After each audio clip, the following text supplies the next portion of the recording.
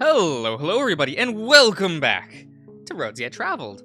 We just had a cute date, observing some stars with Marrowyn in the observatory. That was pretty cute. We made him devastated by telling him that we already saw everything cool out there, and he had nothing to show us. But, it was still a cute time. The door closed behind us, and Morrow turns to me. All set. Ready? Yeah, I think I am. And, thanks for today. Oh, of course, Tucker. I'm glad you took a break. Even if it was just for me. Well, I'm trying to keep things under control, especially for you.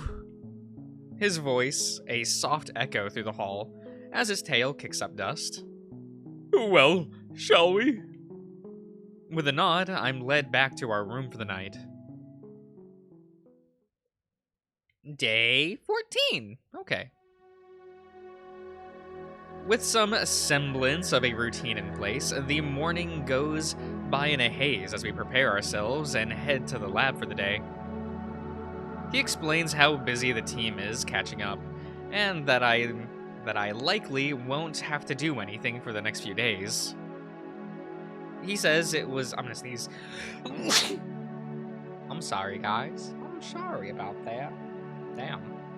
I tried to give you warning. I really did. There was an attempt there.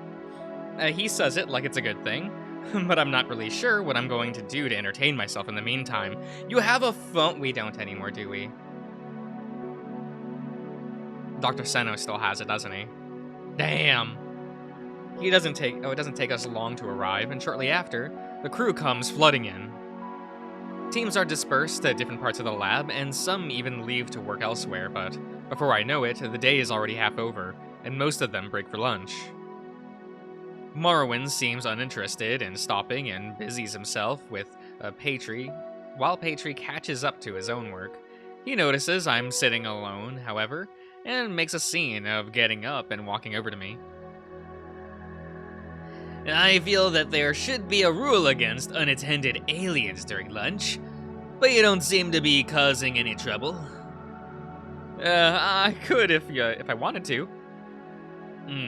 Good comeback. Shame I can't understand you. Okay.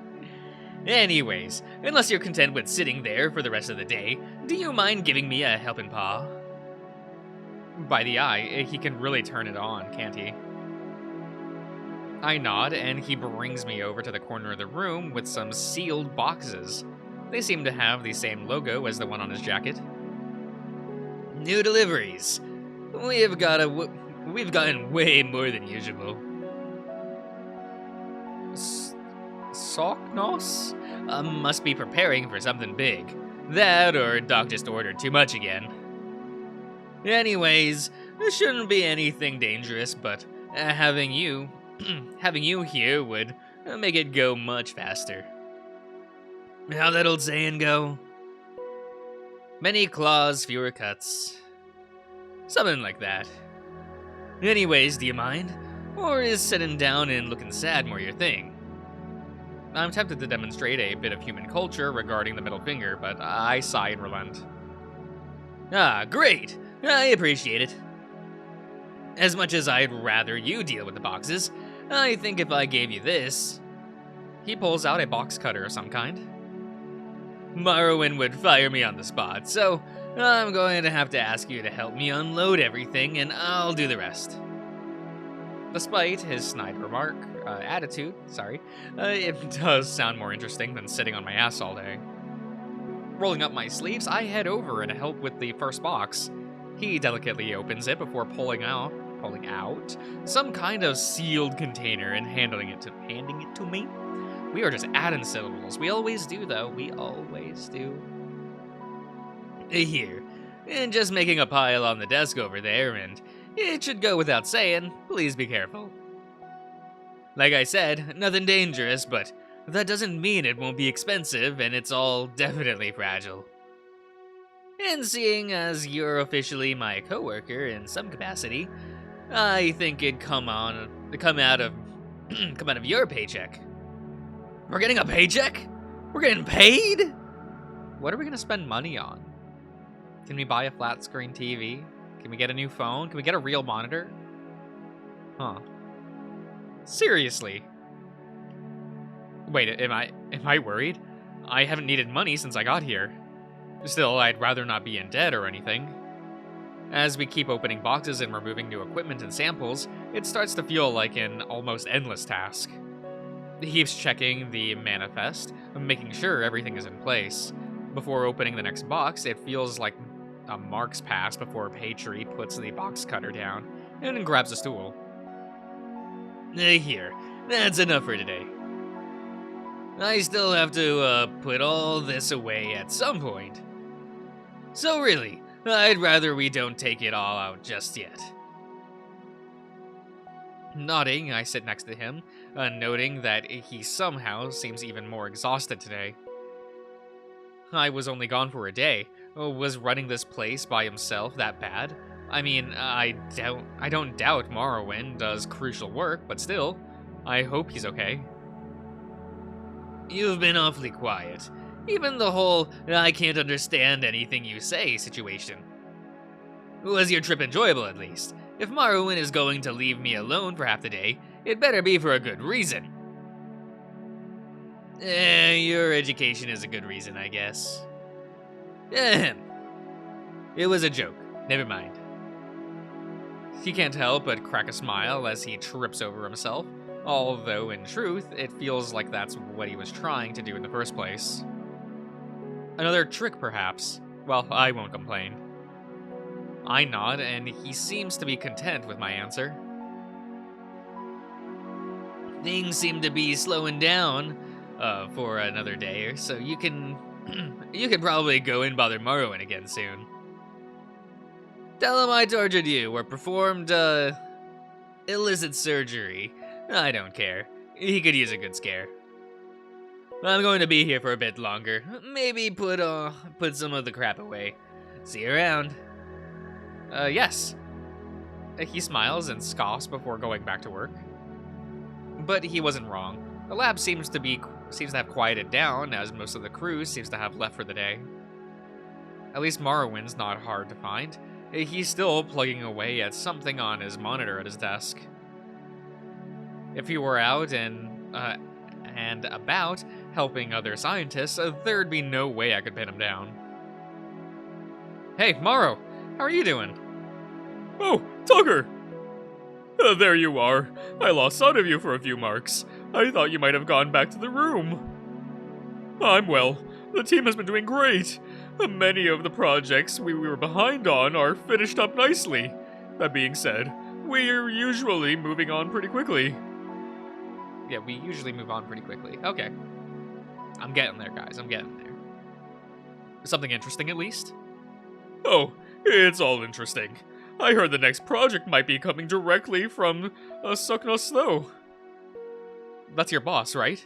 Or the company you work for, at least. Yes, and yes. It's fine. They hire most of the station's workforce to begin with, so it's likely we'll have more resources allotted to whatever it is. Well, I'm almost done here if you'd like to head back to the room. Again. You really didn't have to come all the way back here just to pick me up, although I really do appreciate it. What? No, Mar. I was helping Paytr for a few marks. We were just in that corner over there. Oh, what were you two up to? Drugs? He was giving me drugs. Yes, he loves to do that. That's a joke, right? He told you to say that to me. Yes, Morrow. I was just helping him unpack some boxes. Well, that was nice of you. I'm glad you've been able to become acquainted with him. Me too. Well, shall we? Marrowyn says his goodbyes to the remaining scientists, and we head into the halls for the night. Tired, I lag behind as we walk in a loose tandem. Everything all right? Yeah. Just thinking about sitting around in the lab all day. I know there's nothing I can do to help you with research or anything.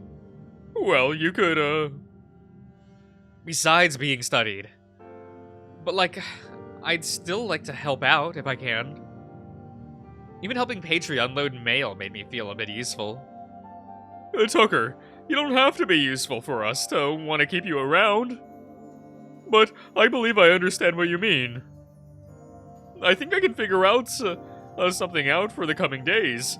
Excuse me. You might just have to wait for things to calm down before we can work anything out long term, though.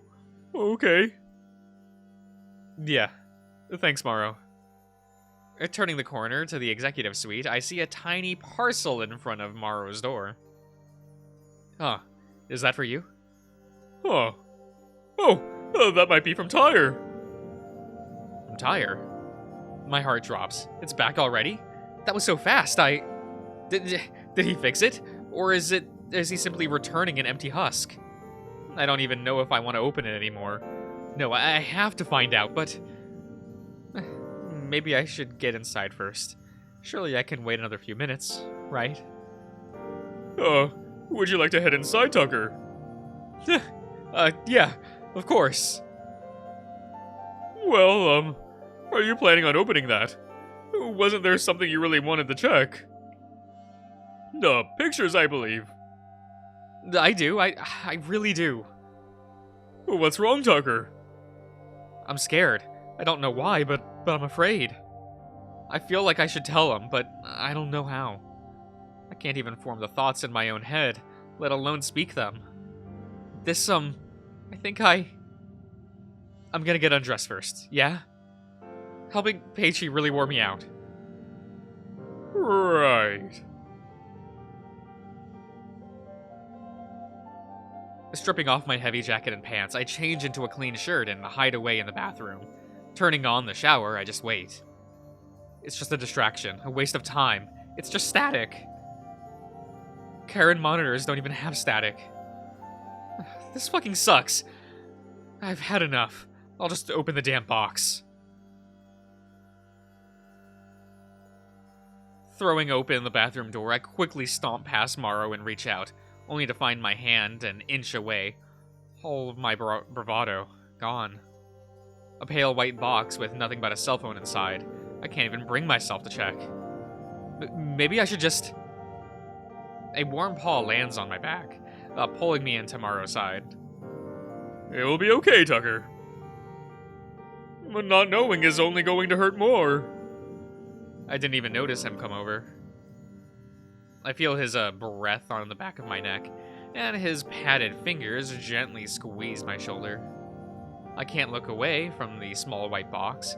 He doesn't move an inch as he stands behind me, almost cradling me.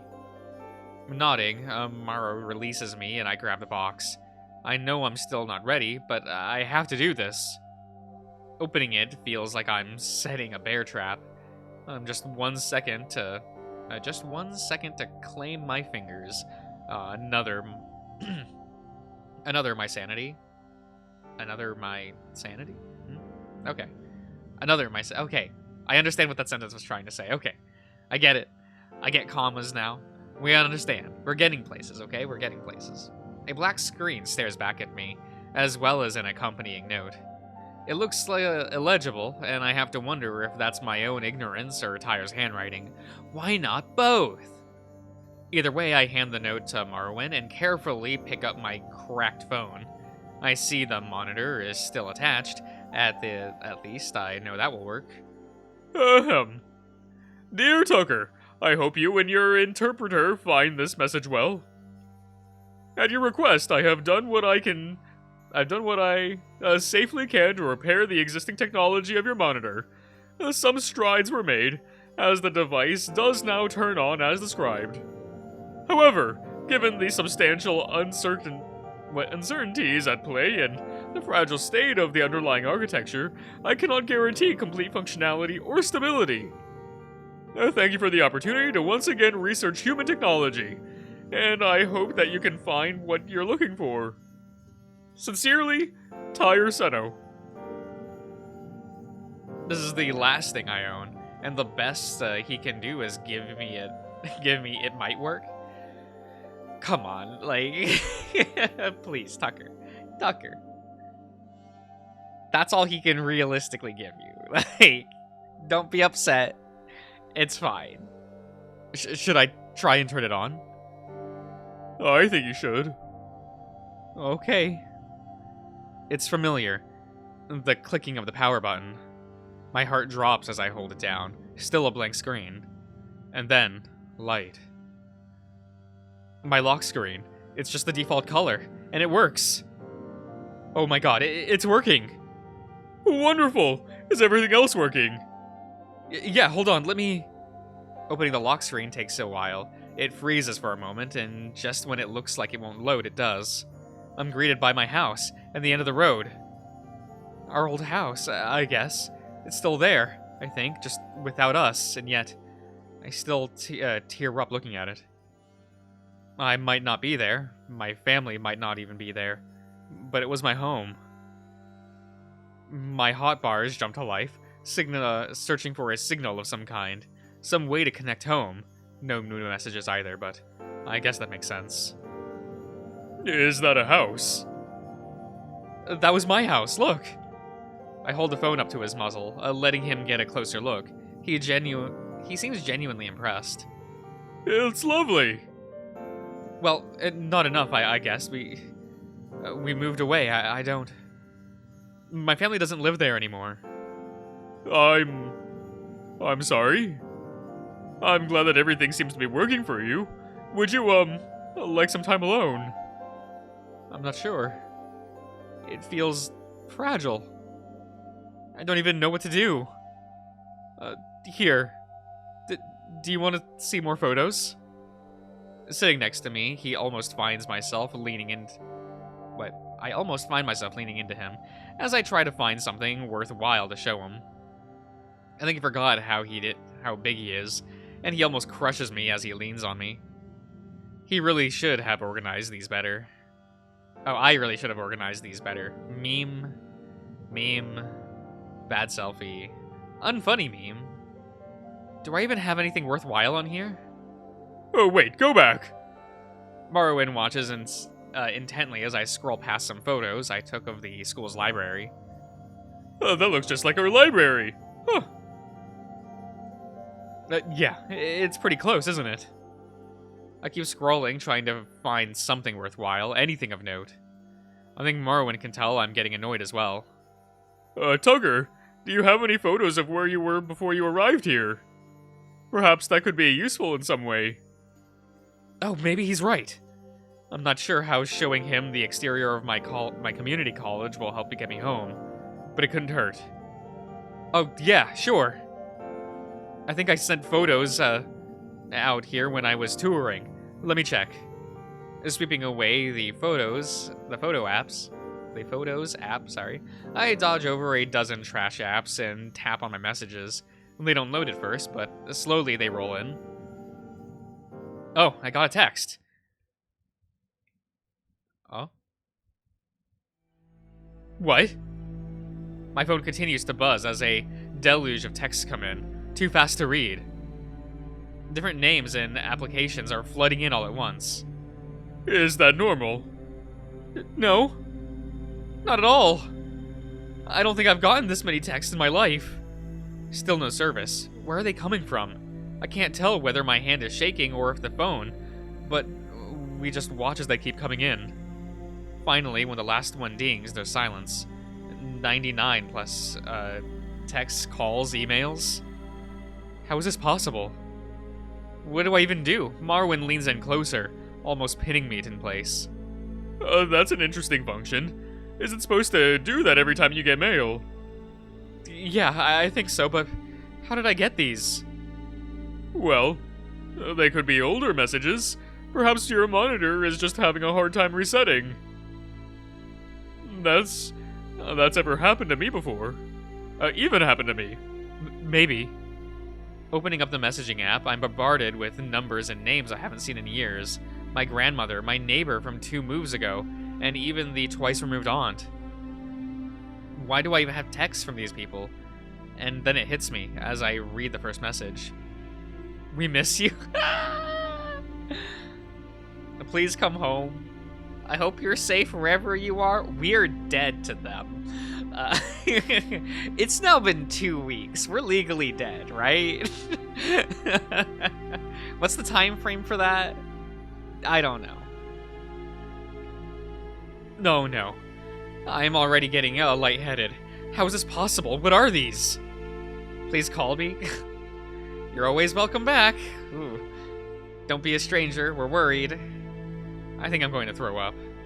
Scrolling feels sluggish and laggy, as if my phone were fighting against me.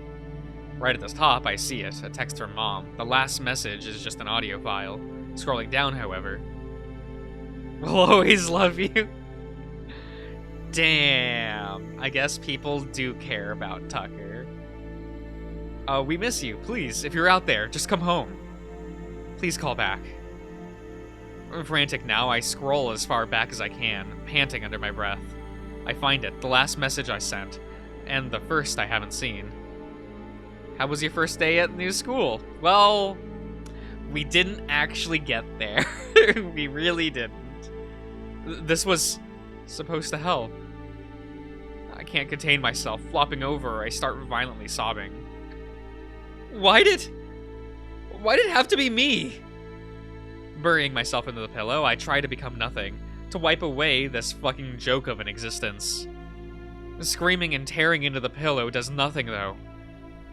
It never would've.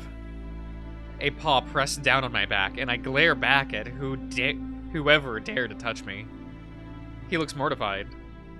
Is there anything I can do? I keep glaring. Well, we can go have dinner, I guess. That might be nice. Get some ice cream. Do we have ice cream here? Everyone likes ice cream. I keep crying. All of them, every single one of those contacts, every single person who reached out, worried I was gone. Traded for him. For this, but he didn't ask for this. Forcing myself to sit up, I latch onto his side, rubbing my face into his shoulder, my tears barely damp.